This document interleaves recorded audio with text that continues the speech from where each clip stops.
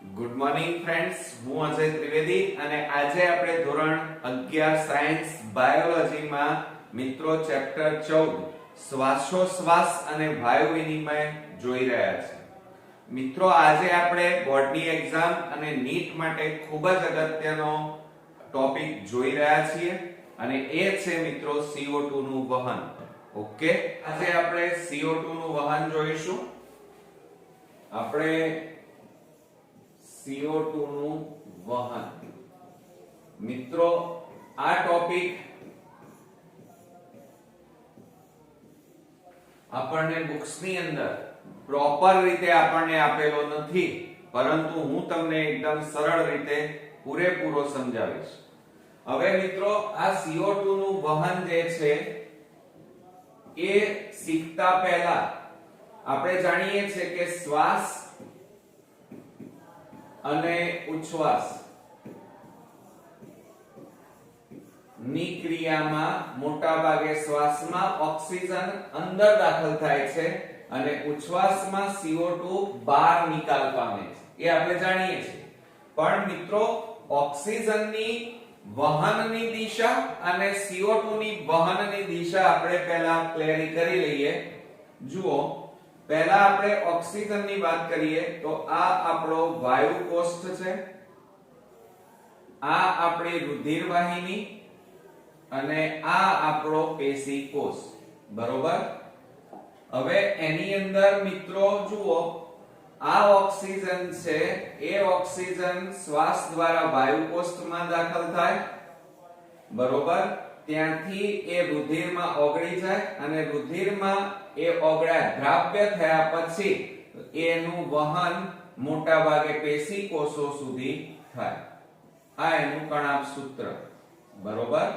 ચાલો, હવે આ જે ભાગ છે એને શું કહેવાય? શ્વસન સપાટી. આને શું કહેવાય? શ્વસન સપાટી. અને આ આપણો વાયુ કોષ્ઠ. એટલે ઓક્સિજનનું વહન મિત્રો છે ને વાયુ કોષ્ઠથી શ્વસન સપાટી સુધી થાય અને કયા સ્વરૂપે થાય? તો KHbO2 સ્વરૂપે થાય. અને એમાં આ KHbO2 નું વિઘટન થાય એટલે KHb અને પ્લસ ઓક્સિજન છૂટા પડે અને આ ઓક્સિજન અંદર દાખલ થઈ જાય. એટલે મિત્રો જુઓ, અહીંયા કયો બાકી રહેશે? KHb બાકી રહે. કોણ બાકી રહે? KHb. ઓકે, ચાલો. આ આપણે કોની વાત કરી? ઓક્સિજનની. કે ઓક્સિજનનું વહન વાયુ કોષ્ઠથી શ્વસન સપાટી. શ્વસન સપાટી એટલે આ કયું કહેવાય? પેશી કોષ કહેવાય. ત્યાં સુધી થાય છે. હવે આપણે CO2 ના વહનની વાત કરીએ. તો CO2 ના વહનમાં મિત્રો આ આપણો વાયુ કોષ, આ આપણી રુધિર વાહિની અને આ આપણો પેશી કોષ. આ પેશી કોષ, આ આપણો વાયુ કોષ. હવે મિત્રો પહેલા તો આપણે એ સમજવું પડે કે CO2 ઉત્પન્ન ક્યાંથી થાય છે અને એનું વહન ક્યાં થાય છે. તો આપણે જાણીએ છીએ કે આ આપણો પેશી કોષ, એમાં કોષ કેન્દ્ર અને આ આપણું કણાભ સૂત્ર. બરોબર. આ આપણું શું છે? કણાભ સૂત્ર. અને કણાભ સૂત્રને આપણે શું કહીએ છીએ? Power house. અને આ કણાભ સૂત્રમાં પાવર હાઉસમાં કોષીય શ્વસન થાય. કઈ ક્રિયા થશે મિત્રો? કોષીય શ્વસન. અને બે પ્રકારની થાય અને એ આપણે જાણીએ છીએ. અને એ છે મિત્રો, એક તો ક્રેબ્સ ચક્ર અને બીજી છે મિત્રો ગ્લાયકોલિસિસ. આ બે ક્રિયાઓ થાય જેના પરિણામે અહીંયા કયો વાયુ ઉત્પન્ન થાય? CO2. અને એ CO2 મિત્રો આ પેશી કોષમાંથી બહાર નીકળશે, રુધિરમાં એ દ્રાવ્ય થાય અને રુધિરમાં ઓગળ્યા પછી એ અહીંયા સુધી, એટલે કે આ જે છે એ એની શું કહેવાય, શ્વસન સપાટી કહેવાય. આ શું કહેવાય, શ્વસન સપાટી. અને શ્વસન સપાટી સુધી પહોંચી જાય અને કયા સ્વરૂપે પહોંચે, તો આ યાદ રાખજો, NaHCO3 સ્વરૂપે એનું વહન થાય અને એ પછી CO2 વાયુ કોષ્ઠમાં દાખલ થાય અને વાયુ કોષ્ઠમાં દાખલ થયા પછી એ ઉચ્છ્વાસ દ્વારા બહાર ધકેલાય. તો એનો મીનિંગ એ થયો, સમજો મિત્રો, કે આપણે અહીંયા ભણ્યા કે ઓક્સિજન છે એમાં એનું વહન કયા સ્વરૂપે થાય, તો ઓક્સિજનનું વહન વાયુ કોષ્ઠમાંથી શ્વસન સપાટી સુધી થાય, શ્વસન સપાટી તરફ થાય. અને શ્વસન સપાટી એટલે એમાં કોણ છે, પેશી કોષ. બીજું કયા સ્વરૂપે એનું વહન થાય, તો આપણે હમણાં જ ભણ્યા KHBO2 સ્વરૂપે થાય. ઓકે, હવે આપણે CO2 ની વાત કરીએ કે CO2 નું વહન કયા સ્વરૂપે થાય, તો CO2 નું વહન છે મિત્રો એ શ્વસન સપાટી એટલે કે પેશી કોષથી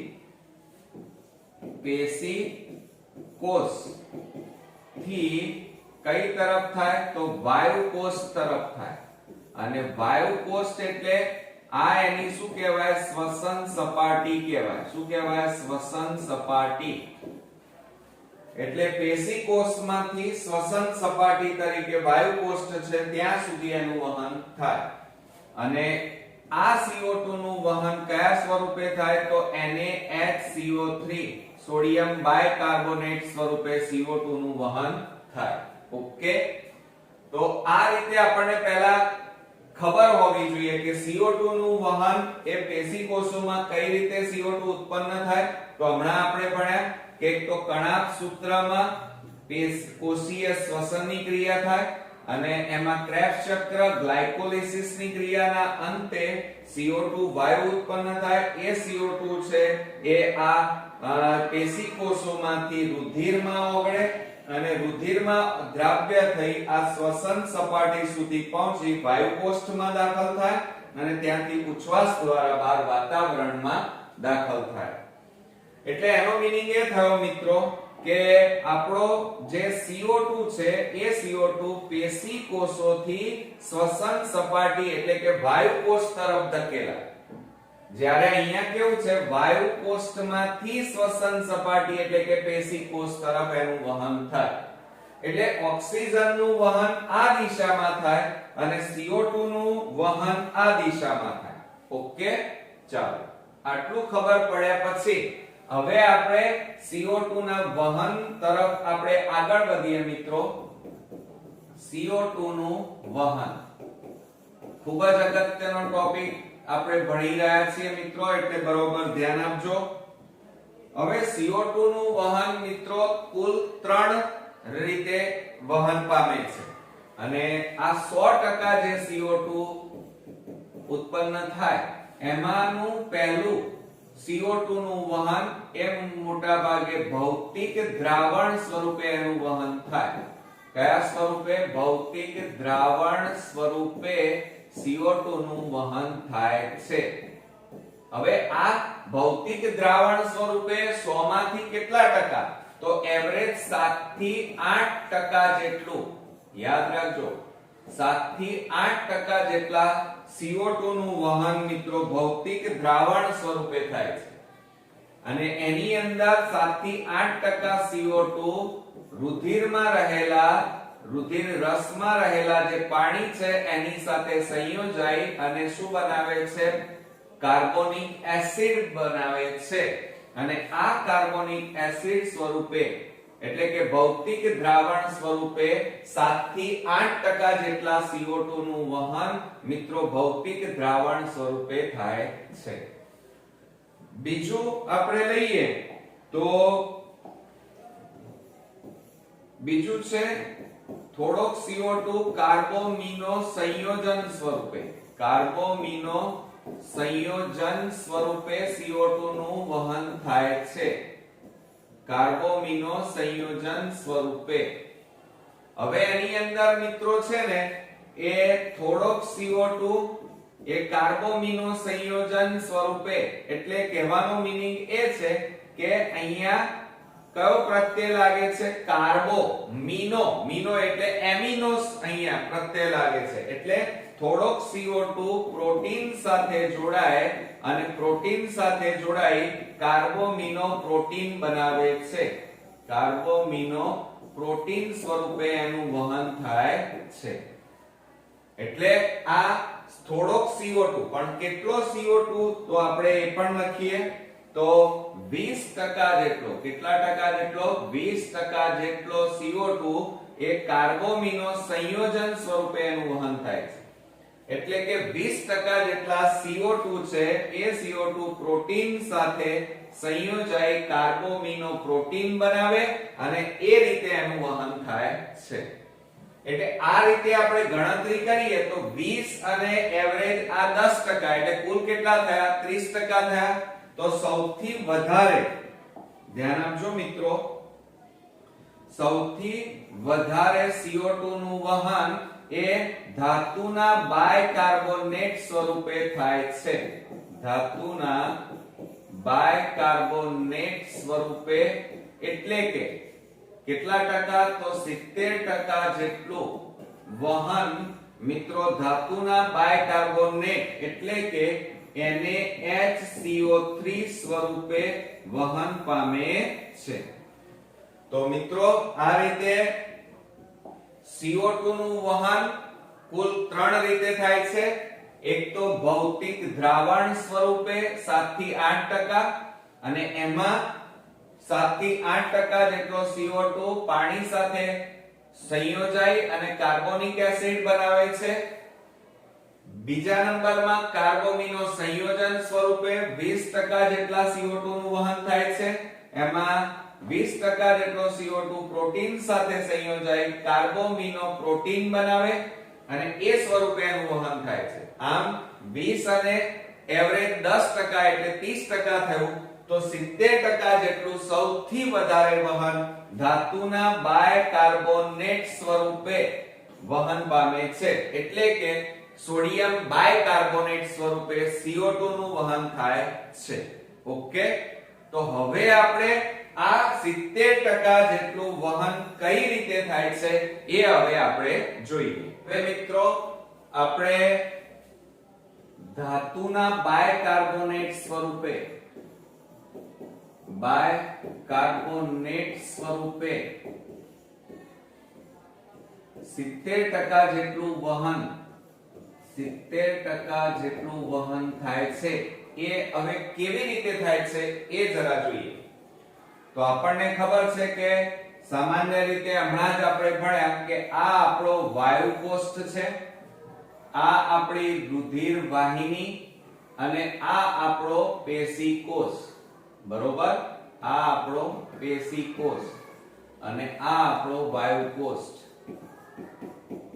હવે મિત્રો બરોબર તમે સમજજો જરા કે આ પેશીકોષની અંદર આ શું આવેલું છે? કણાભ સૂત્ર.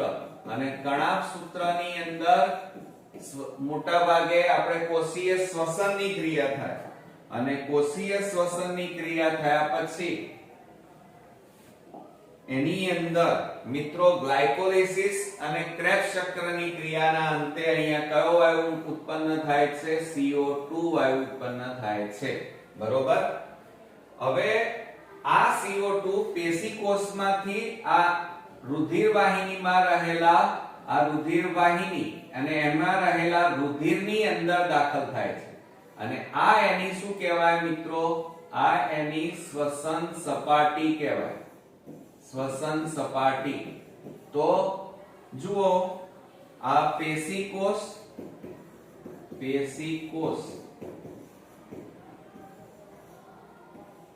અને પેશીકોષમાંથી જે CO2 ઉત્પન્ન થાય એ CO2 મિત્રો આમાંથી ક્યાં જાય છે?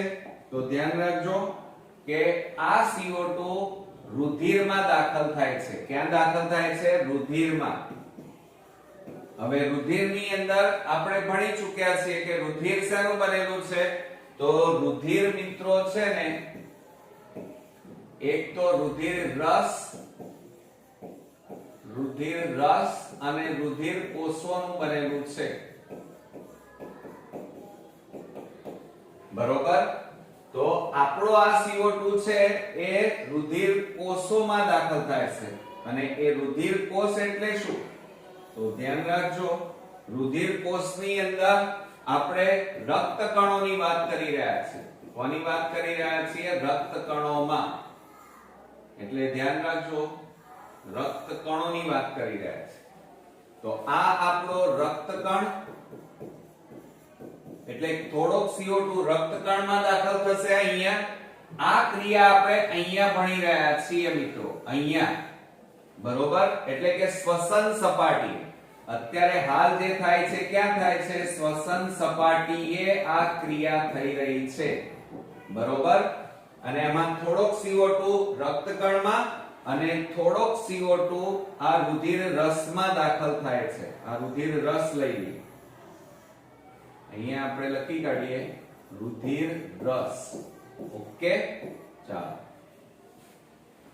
હવે આપણે જે CO2 થોડોક CO2 ક્યાં દાખલ થાય છે?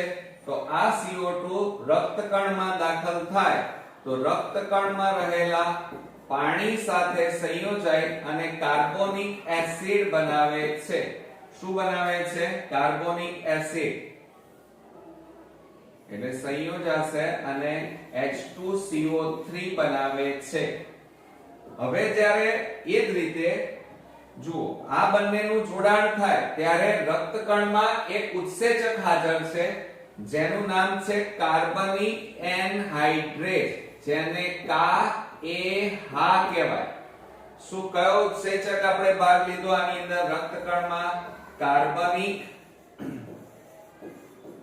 એનહાઇડ્રેટ આ ઉત્સેચક આવેલું છે અને આ ઉત્સેચકની હાજરીમાં CO2 H2O સાથે જોડાઈ અને કાર્બોનિક એસિડ બનાવે છે. એ જ રીતે થોડોક CO2 ક્યાં દાખલ થાય છે? રુધિર રસમાં દાખલ થાય છે અને એ થોડોક CO2 રુધિર રસમાં રહેલા પાણી સાથે સંયોજાઈ અને શું બનાવે છે? કાર્બોનિક એસિડ એટલે કે H2CO3 બનાવે છે. આમ બંને બાજુ કાર્બોનિક એસિડ બન્યા, પરંતુ આ કાર્બોનિક એસિડ જ્યારે બને ત્યારે અહીંયા કોઈ ઉત્સેચક ભાગ લેતો નથી. જ્યારે અહીંયા રક્તકણમાં કાર્બનિક એનહાઇડ્રેટ ઉત્સેચકની હાજરીમાં આ જે કાર્બોનિક એસિડ બને છે એ ખૂબ જ ઝડપી બને છે. એટલે કે આ જે રુધિર રસમાં કાર્બોનિક એસિડ બને છે એના કરતા લાખ ગણી વધારે ઝડપે અહીંયા CO2 H2O સાથે જોડાઈ અને H2CO3 બનાવી દે છે. ઓકે, હવે મિત્રો આટલું થયા પછી હવે આ H2CO3 છે. હવે તમે બરોબર ધ્યાન આપો, આપણે ગઈ વખતે ભણ્યા હતા ઓક્સિજનનું વહન. તો આ વાયુ કોષ હતા, આ રુધિર વાહિની હતી અને અહીંયા આપણો પેશી કોષ હતો. હવે બહારથી ઓક્સિજન અહીંયા આવે અને એ ઓક્સિજન મિત્રો અહીંયા રુધિરમાં દાખલ થાય અને એનું ઓક્સિજનનું વહન કયા સ્વરૂપે થતું હતું? KHBO2. અને KHBO2 નું આ શ્વસન સપાટી આગળ વિઘટન થાય એટલે ઓક્સિજન ક્યાં જતો રહે? અંદર, અને બહાર શું વધતા હતા? KHB અહીંયા વધતા હતા. તો અહીંયા મિત્રો અહીંયા કોણ હાજર છે? KHB હાજર છે. કોણ હાજર છે? KHB. તો આ KHB સાથે એટલે કે શ્વસન સપાટીએ કોણ હાજર છે? KHB રક્તકણમાં હાજર છે અને એની સાથે આ H2CO3 જોડાઈ જાય છે, બરોબર? અને શું બને છે મિત્રો? તો જુઓ, આ KH આ CO3 એટલે કે KHCO3 બને છે અને પ્લસ આ H2 છે એટલે HHB બને. શું બને? HHB એટલે કે રિડ્યુસ્ડ હિમોગ્લોબિન બને. જ્યારે આ શું બન્યું? પોટેશિયમ બાયકાર્બોનેટ બન્યા. બરોબર? એ જ રીતે એ જ સમયે ત્યાં અહીંયા શું થશે? તો અહીંયા મિત્રો આ કાર્બોનિક એસિડ બન્યા પછી સોડિયમ પ્રોટીન, અને આ સોડિયમ પ્રોટીન મિત્રો આ H2CO3 સાથે જોડાઈ જાય છે અને શું બનાવે છે? NaHCO3 બનાવે છે. એટલે NaHCO3 અને આમાં એક H વધ્યા એટલે H અને આ Pr એટલે આ શું બન્યું કહેવાય? હાઇડ્રોજન પ્રોટીન, અને આ સોડિયમ બાયકાર્બોનેટ બને છે. આ ઉપરાંત રુધિર રસમાં મિત્રો શું બીજું શું આવેલું છે? તો રુધિર રસમાં NaCl આવેલા છે, અને આ NaCl નું વિઘટન થઈ Na+ અને Cl- છૂટા પડે છે. ઓકે, ચાલો હવે આપણે આ બાજુ આવી જઈએ. આ જે KHCO3 છે, આ KHCO3 એ KHCO3 નું વિઘટન થાય છે મિત્રો, અને વિઘટન થઈ અને શું છૂટા પડે છે? K+ અને HCO3- એટલે કે બાયકાર્બોનેટ છૂટા પડે છે. હવે તમે જુઓ મિત્રો ખાસ કે આ HCO3 છે, એ HCO3 અહીંયાથી બહાર આવે છે. બહાર એટલે ક્યાં આવે છે? રુધિર રસમાં આવે છે. હવે બહાર આવે તો સમજો આ HCO3 અહીંયાથી બહાર આવ્યા. બહાર એટલે આ રુધિર રસ આખો કહેવાય. બરોબર? અને રુધિર રસમાં આવી જાય છે, અને રુધિર રસમાં આ ઋણ આયન છે. ઓલરેડી અહીંયા ઋણ આયન Cl- તો છે જ. બરોબર? એટલે આ બાયકાર્બોનેટ ધાતુના એ રુધિર રસમાં આવે, અને ઓલરેડી ઋણ આયન છે એટલે ઋણ આયનની સંખ્યા વધી જાય એટલે આયનીકરણ સંતુલન ખોરવાય. આયનીકરણ સંતુલન ખોરવાય નહીં એટલે માટે આ Cl અહીંયાથી રુધિર રસમાંથી ક્યાં જતો રહે છે? રક્તકણમાં જતો રહે છે. બરોબર? તો આ જે રક્તકણમાં ગયો, આ Cl રુધિર રસમાંથી રક્તકણમાં ગયો, આને શું કહેવાય? ક્લોરાઇડનું સ્થાનાંતર. શું કહેવાય? ક્લોરાઇડનું સ્થાનાંતર કહેવાય. બરોબર? અને સાથે સાથે હવે શું થશે? તો હવે જુઓ મિત્રો, હવે આ જે HCO3 રુધિર રસમાં આવ્યા છે, HCO3 અહીંયા આવ્યા, અને પ્લસ આ Na છે એની સાથે જોડાઈ જાય, Na+ સાથે આ માઈનસ, તો એ બંનેનું જોડાણ થતા સોડિયમ બાયકાર્બોનેટ બને છે. શું બન્યા? Sodium bicarbonate. એક આ પણ બન્યા. જુઓ. ઓકે, હવે આ Cl જે અહીંયાથી રુધિર રસમાંથી રક્તકણમાં આવ્યો એ આ K+ સાથે જોડાઈ જાય, તો K+ અને ત્યાંથી જે Cl આવ્યો એ Cl- સાથે જોડાઈ અને શું બની જાય છે? KCl બને છે. ઓકે, તો હવે મિત્રો તમે ફરીથી જુઓ કે પેશી કોષોમાં, આ પેશી કોષ છે એમાં કણાભ સૂત્રની અંદર કોષીય શ્વસન થતા CO2 નું નિર્માણ થાય. એ CO2 શ્વસન સપાટી આગળ કેટલાક ફેરફારો થાય છે, અને સૌથી વધારે વહન કયા સ્વરૂપે થાય છે? ધાતુના બાયકાર્બોનેટ સ્વરૂપે 70%. તો એ 70% માંથી કેટલોક CO2 ક્યાં દાખલ થાય છે? રક્તકણમાં. અને કેટલોક CO2 ક્યાં દાખલ થાય છે? રુધિર રસમાં. હવે જે CO2 રક્તકણમાં દાખલ થાય છે એ CO2 પાણી સાથે પ્રક્રિયા કરે, પણ એ વખતે કોણ હાજર છે? કાર્બનિક એનહાઇડ્રેસ નામનો આ જે ઉત્સેચક છે એ ભાગ લે છે, અને એની હાજરીમાં આ ક્રિયા ખૂબ જ ઝડપી થાય છે, અને ખૂબ જ ઝડપી વધારે સંખ્યામાં કાર્બોનિક એસિડ બને છે.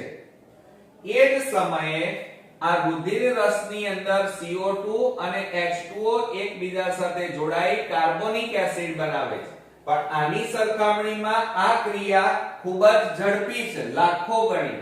બીજું, આ ઉપરાંત જ્યારે તમે ઓક્સિજનનું વહન ભણ્યા ત્યારે આ ઓક્સિજનના વહનની અંદર ઓક્સિજનનું વહન કયા સ્વરૂપે થાય છે KHBO2 સ્વરૂપે અને એ આ શ્વસન સપાટીએ KHB બહાર રહે અને ઓક્સિજન ક્યાં જતા રહે છે અંદર એટલે બહાર કોણ છે અહીંયા KHB છે તો એ KHB એટલે કે પોટેશિયમ હિમોગ્લોબિન કહેવાય એની સાથે આ H2CO3 જોડાઈ જાય જેના કારણે KHCO3 બરોબર એટલે કે પોટેશિયમ ઓક્સી એટલે કે પોટેશિયમ બાયકાર્બોનેટ અને રિડ્યુસ્ડ હિમોગ્લોબિન આ શું કહેવાય HHB એટલે રિડ્યુસ્ડ હિમોગ્લોબિન બને છે બીજું આ KHCO3 છે એ KHCO3 નું વિઘટન થાય અને વિઘટન થઈ શું બને છે મિત્રો K+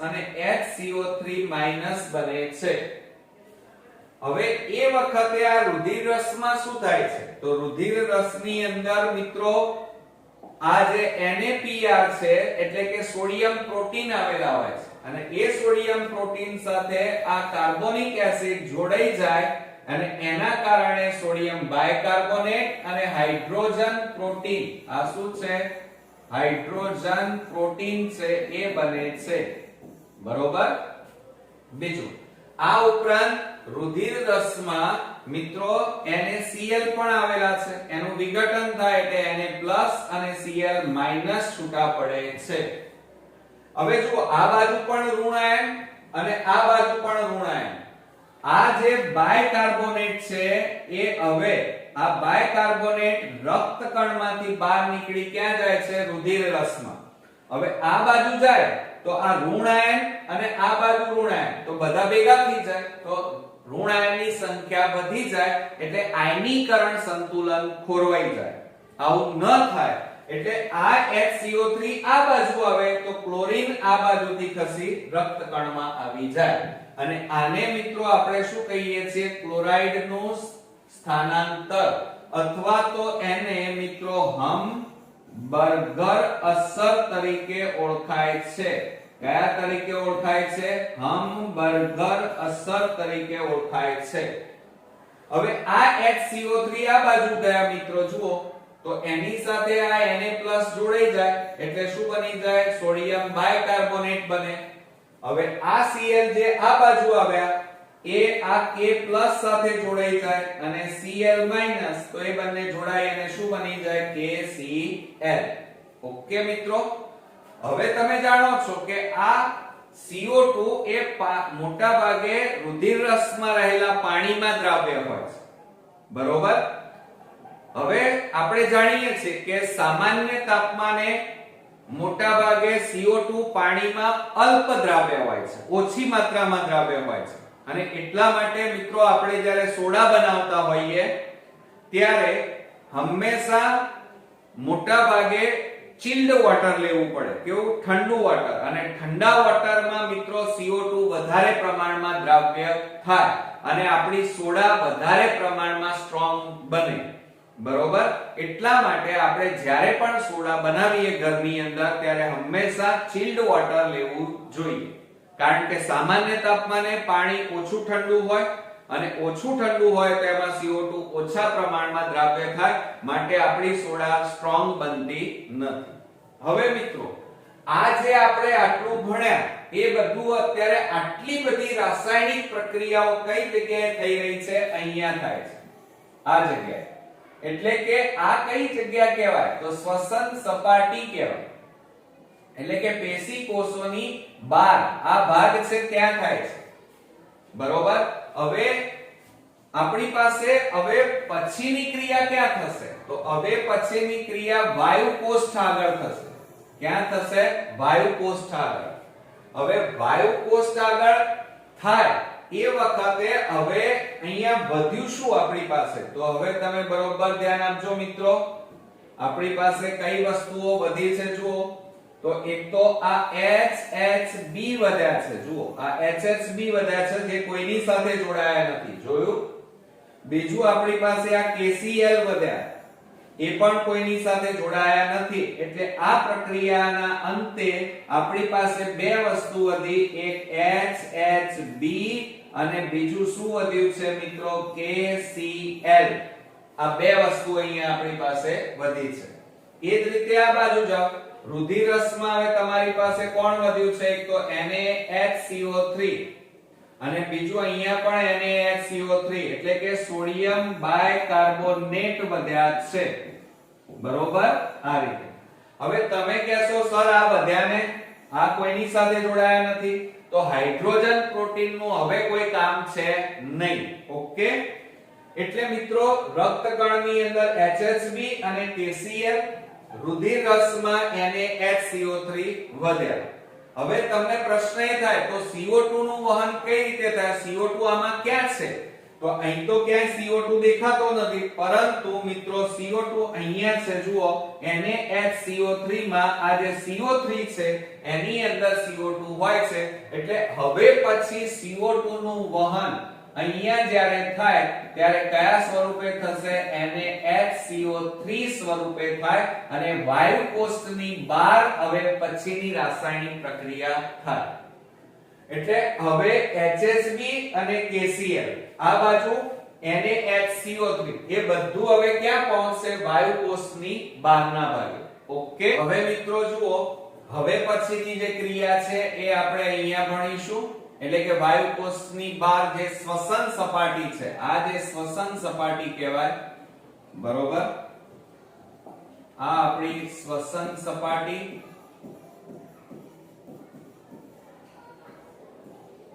અને એ હવે ત્યાં થશે બરોબર ચાલો હવે મિત્રો જુઓ કે આ આપણે રક્તકણ લઈ લઈએ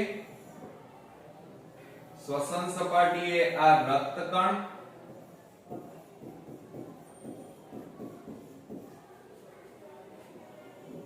અને આ આપણું રુધિરરસ જો કે દોરવાની જરૂર નથી આપણે ખાલી અહીંયા લખી કાઢીએ બાર શું છે રુધિરરસ બરોબર આ આપણો રુધિરરસ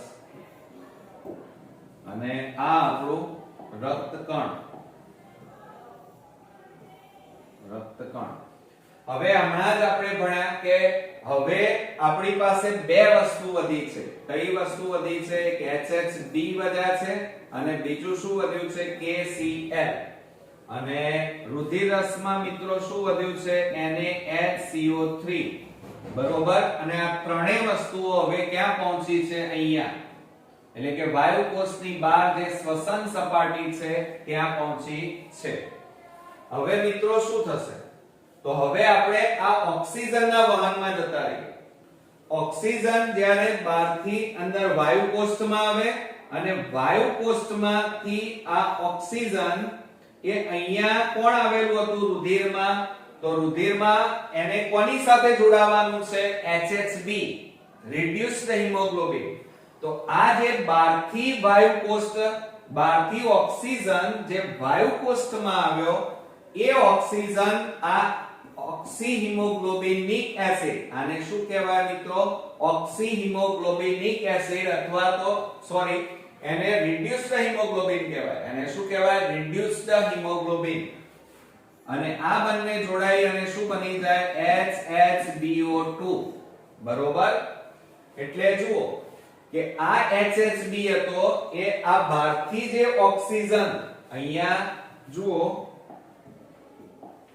બહારથી ઓક્સિજન વાતાવરણમાંથી જે અંદર વાયુ કોષ્ટમાં આવ્યો એ ઓક્સિજન આની સાથે HHB એટલે કે રિડ્યુસ્ડ હિમોગ્લોબિન સક્રિય હિમોગ્લોબિન સાથે જોડાઈ જાય અને શું બનાવી દે HHBO2 જેને ઓક્સિહિમોગ્લોબિનિક એસિડ કહેવાય બરોબર હવે મિત્રો શું થશે તો હવે આ KCl છે હવે આ KCl જુઓ અહીંયા નામ શું બોલ્યા ઓક્સિહિમોગ્લોબિનિક એસિડ અને આ KCl એટલે શું થાય પોટેશિયમ ક્લોરાઇડ એટલે અહીંયા એસિડ નું પ્રમાણ વધી ન જાય એટલા માટે અહીંયા KCl નું વિઘટન થઈ અને K+ અને શું બને છે Cl- બને છે કારણ કે અહીંયા એસિડ નું પ્રમાણ ન વધી જાય એટલા માટે KCl નું વિઘટન થયું અને K+ અને Cl- બન્યા હવે શું થશે મિત્રો જુઓ કે આ NaHCO3 છે એનું વિઘટન થાય અને Na+ અને HCO3- છૂટા પડે છે, બરોબર. હવે અહીંયા જુઓ કે મિત્રો આ HCO3 છે એ ઋણ આયન છે અને એ હવે રુધિર રસમાંથી ક્યાં જાય છે તો રક્તકણમાં જાય છે. અત્યારે હાલ ક્યાં છે રુધિર રસમાં અને ત્યાંથી એ ક્યાં આવે છે રક્તકણમાં અને રક્તકણમાં આ K+ સાથે જોડાઈ જાય છે. એ જ વખતે મિત્રો પાછું શું થાય છે તો આ Cl ક્યાં આવે છે બહાર. હવે કેમ આવું થયું કારણ કે જો આ ઋણ આયન છે, ઋણ આયન રુધિર રસમાંથી ક્યાં ગયા રક્તકણમાં, તો અહીં તો ઋણ આયન ઓલરેડી છે જ અને આ બીજા ઋણ આયન આવ્યા તો આ રક્તકણમાં આયનીકરણ સંતુલન ખોરવાઈ જાય એવું ન થાય એટલા માટે આ Cl રક્તકણમાંથી પાછા જુઓ શરૂઆતમાં હતા મૂળ જગ્યાએ આવી ગયા, પહેલા અહીંયા હતા અંદર આવ્યા હતા, હવે પાછા બહાર ગયા એટલે આયનીકરણ સંતુલન ખોરવાય નહીં એટલા માટે Cl પાછા મૂળ જગ્યા ઉપર આવી ગયા, બરોબર. તો હવે મિત્રો આને શું કહેવાય ક્લોરાઇડનું પાછા આવ્યા એટલે આને પ્રતિસ્થાનાંતર કહેવાય. શું કહેવાય સ્થાનાંતરણ કહેવાય. શું કહેવાય પ્રતિસ્થાનાંતરણ. આને શું કહેવાય Cl શરૂઆતમાં બહાર હતા આના પહેલા અહીંયા એ અંદર આવ્યા હતા હવે પાછા મૂળ જગ્યા ઉપર આવ્યા એટલે આને કયું સ્થાનાંતર કહેવાય ક્લોરાઇડનું પ્રતિસ્થાનાંતરણ કહેવાય. અને આ બાયકાર્બોનેટ માઈનસ અંદર આવ્યા રુધિર રસમાંથી ક્યાં દાખલ થયા રક્તકણમાં. હવે રક્તકણમાં દાખલ થાય તો અહીંયા કોણ છે K+ અને આ બાજુથી કોણ આવ્યું HCO3- અને એ બંને જોડાઈ જાય તો શું બની જાય KHCO3 બને છે, બરોબર. એટલે કે પોટેશિયમ બાયકાર્બોનેટ બને છે. આ Cl જે રુધિર રસમાં આવ્યા એ Cl- અને વત્તા આ Na+ એ બંને જોડાઈ જાય અને હવે શું બની જશે NaCl જે શરૂઆતમાં તમે અહીંયા વાપર્યા હતા એ અહીંયા તમને પાછા મળી ગયા એટલે NaCl સોડિયમ ક્લોરાઇડ નું પ્રમાણ જળવાઈ રહે છે. હવે મિત્રો શું થશે તો જુઓ આ KHCO3 છે, બરોબર. હવે બાકી કોણ રહ્યું તો ધ્યાન આપજો, બરોબર. હવે આ KHCO3 અને આ HHBO2 એ બંને જોડાઈ જશે એટલે કે HHBO2 અને KHCO3 અને આ બંને વચ્ચે રાસાયણિક પ્રક્રિયા થઈ આ KH અને આ BO2 એ જોડાઈ જશે અને પ્લસ શું બનશે તો આ H2CO3 બને છે. શું બને છે H2CO3. હવે તમે જાણો છો જુઓ ઓક્સિજનના વહનમાં મેં તમને શીખવાડ્યું હતું મિત્રો કે હવે આ KHBO2 નું વહન કયા માર્ગે થશે જોવા રહ્યું KHBO2 હવે કોની તરફ જશે પેશી કોષો તરફ જતું રહેશે. બાકી કોણ રહ્યું H2CO3. તો હવે આ H2CO3 નું વિઘટન થશે અને વિઘટન થઈ પણ કયા ઉત્સેચકની હાજરીમાં તો એ આપણે જરા લખી કાઢીએ કે આ H2CO3 નું કાર્બનિક એનહાઇડ્રેટ ઉત્સેચકની હાજરીમાં એનું વિઘટન ઝડપી થશે અને H2O અને CO2 છૂટા પડશે. શું છૂટું પડશે H2O અને CO2. હવે આ જે CO2 ઉત્પન્ન થયા એ હવે મિત્રો ક્યાં જશે તો એ CO2 હવે ધ્યાન આપજો ખાસ આ CO2 હવે અહીંયા જે ઉત્પન્ન થયા છે ક્યાં જતા રહેશે તો હવે અહીંયા વાયુ કોષ્ટમાં જશે અને વાયુ કોષ્ટમાંથી ઉચ્છ્વાસ દ્વારા એ બહાર જતા રહેશે.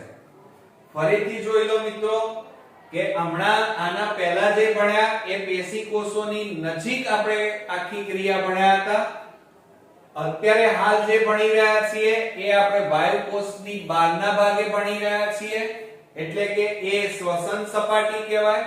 શ્વસન સપાટીએ આપણી પાસે બે વસ્તુ હતી, એક HHB અને KCl. HHB એ આ બહારથી જે ઓક્સિજન આવતો હતો એની સાથે જોડાઈ જાય એટલે આ રિડ્યુસ્ડ હિમોગ્લોબિન કહેવાય. એની સાથે ઓક્સિજન જોડાય એટલે ઓક્સી હિમોગ્લોબિનિક એસિડ બની જાય. એટલે આ રીતે આ એસિડ અને આ એસિડ બે ભેગા થયા એટલે આયનીકરણ સંતુલન ખોરવાય નહીં, એટલા માટે અહીંયા આનું વિઘટન થાય એટલે K+ અને Cl- બની જાય છે. આનું વિઘટન થઈ ગયું. એ જ વખતે અહીંયા રુધિર રસમાં અહીંયા શું હતું આપણી પાસે NaHCO3 હતા, એનું વિઘટન થયું અને Na+ અને HCO3- બને છે. ઓકે, હવે મિત્રો જુઓ, આ બાજુ ઋણ આયન, આ કયો આયન છે? ઋણ આયન, અને આ બાજુ પણ ઋણ આયન, બરોબર. હવે આ બાયકાર્બોનેટ એટલે કે ઋણ આયન રુધિર રસમાંથી ક્યાં જાય છે? રક્તકણમાં. હવે રક્તકણમાં આવે તો બંને ઋણ આયન ભેગા થઈ જાય તો આયનીકરણ સંતુલન ખોરવાઈ જાય. એવું ન થાય એટલે જેવા આ બાયકાર્બોનેટ અંદર આવે એટલે Cl બહાર જતા રહે. શરૂઆતમાં Cl બહાર હતા તો અંદર આવ્યા, હવે પાછા બહાર ગયા તો આને શું કહેવાય? ક્લોરાઇડનું પ્રતિસ્થાનાંતરણ કહેવાય. શું કહેવાય? ક્લોરાઇડનું પ્રતિસ્થાનાંતરણ. અને આ Cl મિત્રો આ Na+ સાથે જોડાઈ જાય એટલે શું બની જાય? NaCl. ઓકે, હવે આ જે NaCl મિત્રો બન્યા એ શરૂઆતમાં આપણે વાપર્યા હતા, અહીંયા વાપર્યા હતા, અહીંયા આપણને પાછા મળી ગયા એટલે એનું પ્રમાણ જળવાઈ ગયું. સાથે સાથે જુઓ, અહીંથી બાયકાર્બોનેટ અંદર આવ્યા તો આ બાજુ કોણ વધ્યું? K+. તો K+ અને HCO3- એ બંને જોડાય અને આ બાયકાર્બોનેટ અને આ પોટેશિયમ, તો પોટેશિયમ બાયકાર્બોનેટ મળે છે. હવે આ HHBO2 વધ્યા અને આ KHCO3 એ બંને જોડાઈ જાય, બરોબર, અને શું મળે છે? Potassium ઓક્સી haemoglobin. આને શું કહેવાય? પોટેશિયમ ઓક્સી હિમોગ્લોબિન કહેવાય. એ આપણને મળે છે અને H2CO3 પ્રાપ્ત થાય છે. ઓકે, હવે આ જે મિત્રો પ્રાપ્ત થયા એમાં KHBO2 નું વહન હવે ક્યાં થાય છે? જો અહીંયા ભણ્યા આપણે, એ હવે કે વાયુ કોષમાંથી કઈ તરફ જશે? પેશી કોષો તરફ જશે. એટલે એ તો જતા રહ્યા પેશી કોષો તરફ, બાકી કોણ રહ્યું? તો H2CO3 અહીંયા બાકી રહ્યા. હવે એ H2CO3 નું ક્યાં છે? રક્તકણમાં. તો રક્તકણમાં કયો ઉત્સેચક હાજર છે? કાર્બનિક એનહાઇડ્રેઝ નામનો ઉત્સેચક હાજર છે. અહીં મિત્રો H2CO3 નું કાર્બનિક એનહાઇડ્રેટ ઉત્સેચકની હાજરીમાં વિઘટન ઝડપી થાય છે અને H2O અને CO2 છૂટા પડે છે. અને આ CO2 મિત્રો જે વાયુ કોષમાં આવ્યા છે, આ રુધિર વાહિની, આ પેશી કોષ કહેવાય, આપણો પેશી કોષ, અને હવે CO2 ક્યાં આવી ગયા? વાયુ કોષમાં આવ્યા અને વાયુ કોષમાંથી ઉચ્છ્વાસની ક્રિયા દ્વારા CO2 બહાર વાતાવરણમાં ધકેલાય છે. તો મિત્રો આ આપણે જે ભણ્યા એ CO2 નું વહન ભણ્યા. CO2 નું વહન કુલ 3 માર્ગે થાય. એક ભૌતિક દ્રાવણ સ્વરૂપે 7%, બીજું છે કાર્બોમિનો સંયોજન સ્વરૂપે 20%, અને સૌથી વધારે CO2 નું વહન ધાતુના બાયકાર્બોનેટ સ્વરૂપે થાય છે. બરોબર, એ આખી રાસાયણિક પ્રક્રિયા આપણે ભણ્યા. એમાં શરૂઆતની જે રાસાયણિક પ્રક્રિયા ભણ્યા એ આ પેશી કોષોની નજીક થઈ, અને અત્યારે આપણે આ જે ભણ્યા એ વાયુ કોષની બહાર એટલે કે શ્વસન સપાટીએ આખી ક્રિયા ભણ્યા. તો આ રીતે આપણું CO2 નું વહન મિત્રો અહીંયા સંપૂર્ણપણે પૂરું થાય છે. નેક્સ્ટ વિડિયોમાં નવા ટોપિક સાથે ફરી મળીએ. ત્યાં સુધી ગુડ નાઇટ ફ્રેન્ડ્સ.